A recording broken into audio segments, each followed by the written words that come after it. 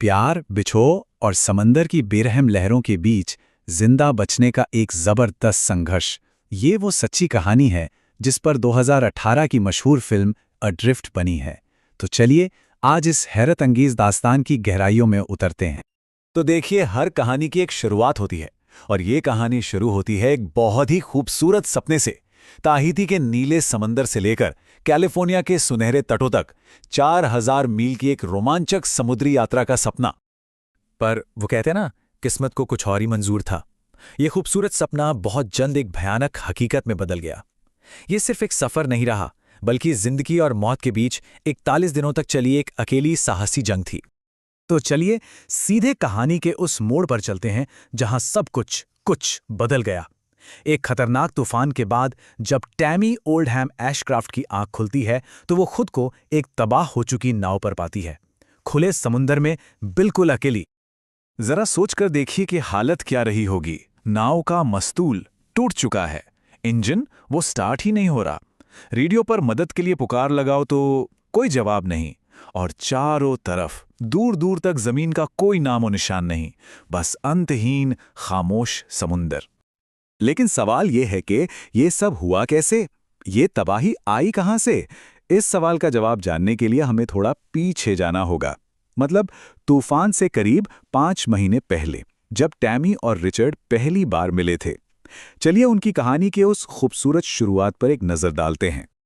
तो उनकी love story ना बिल्कुल किसी फिल्म की तरह थी। बड़ी तेजी से आगे बढ़ी, तहीती में मिले, फिर साथ मिलकर पूरी दुनिया घूमने का सपना देखने लगे। और फिर उन्हें एक मौका मिला, हजानिया नाम की एक शानदार नाव को सैन डिएगो ले जाने का। और जानते हैं, इसी सफर के दौरान रिचर्ड ने टैमी को शादी के लिए प्रपोज भी किया था। ये उनके रिश्ते की एक छोटी सी पर बहुत खूबसूरत झलक है। असल में समंदर के लिए उनका जो प्यार था ना, वही उन्हें एक दूसरे के इतना करीब ले आया था। तो अब वापस आते हैं उस तूफान पर। उनका वो रोमांटिक सफर अब एक भयानक सपने में तब्दील होने वाला था, क्योंकि हरिकेन रेमंड नाम का एक खतरनाक तूफान सीधा उनकी नाव की तरफ बढ़ रहा था। और बस पलक झपकते ही सब कुछ बदल गया। कहां तो शांत सुहाने दिन और नीला आसमान था, और कहां अब कैटेगरी 4 का तूफान और 40-50 फुट ऊंची लहरें थीं। ये अब कोई रोमांटिक सफर नहीं था, ये तो जिंदा रहने की जंग बन चुकी थी। और उस तबाही के ठीक पहले, जैसे ही एक बहुत बड़ी विशालकाय लहर नाव की तरफ आई, रिचर्ड ने क्या किया? उसने फौरन टैमी को अपनी सुरक्षा के लिए डेक के नीचे जाने को कहा। ये शायद उसे बचाने की उसकी आखिरी कोशिश थी। तो चलिए एक बार फिर उस टूटी हुई नाव पर लौटते हैं, क्योंकि यहीं से टैमी की असली लड़ाई शुरू होती है। ये लड़ाई सिर्फ समंदर की लहरों से नहीं थी, बल्कि उसके अपने दिमाग से भी थी। और फिल्म में इस हिस्से को बहुत ही कमाल के तरीके से दिखाया गया है। फिल्म में हम देखते हैं कि टैमी को रिचर्ड नजर आता है, नाव की डिंगी को पकड़े हुए समंदर में। वो अपनी जान की परवाह किए बिना तैरकर उसके पास जाती है, उसे खींचकर वापस नाव पर लाती है। रिचर्ड बुरी तरह जख्मी है, लेकिन टैमी उसकी देखभाल करती है और दोनों मिलकर जिंदा रहने की कोशिश करते हैं।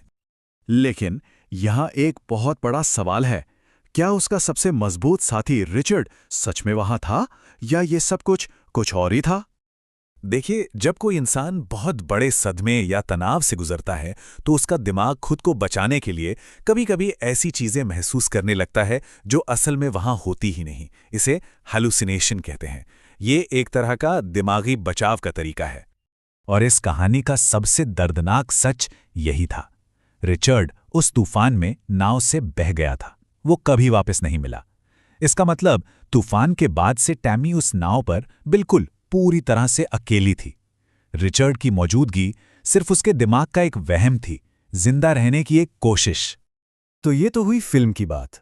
अब बात करते हैं असलियत की, उस असली टैमी ओल्डहैम एशक्राफ्ट की, जिसने इस अविश्वसनीय कहानी को असल में जिया है।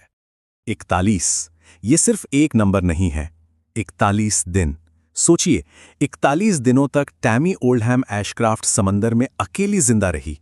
अकेले उसने लहरों से, भूख से और सबसे बढ़कर अकेलेपन से जंग लड़ी। और जब ये कहानी बड़े पर्दे पर आई तो उसने वाकई लोगों के दिलों को छू लिया। फिल्म का बजट था करीब $35 मिलियन और इसने कमाई की लगभग $60 मिलियन। मतलब साफ है, लोगों को ये कहानी बहुत पसंद आई। सिर्फ दर्शकों ने ही नहीं, क्रिटिक्स ने भी फिल्म को बहुत सराहा। रॉटन टमाटर्स के मुताबिक ये फिल्म एक लव स्टोरी और एक सर्वाइवल ड्रामा के बीच बहुत अच्छे से बैलेंस बनाती है, और इसका सबसे बड़ा क्रेडिट जाता है शैलीन वुडली की जबरदस्त एक्टिंग को। और जानते हैं सबसे हैरान करने वाली बात क्या है? इतना सब कुछ होने के बाद भी असली टैमी ने समंदर से नाता नहीं तोड़ा। वो आज भी सेलिंग करती हैं, एक शौकीन नाविक हैं। ये उनकी हिम्मत की एक असाधारण मिसाल है। तो ये कहानी हमें एक सवाल के साथ छोड़ जाती है। जब जिंदगी के समंदर में तूफान आता है, तो वो कौन सी चीज है जो हमारा सहारा बनती है? आखिर वो क्या है जो हमें हिम्मत देती है?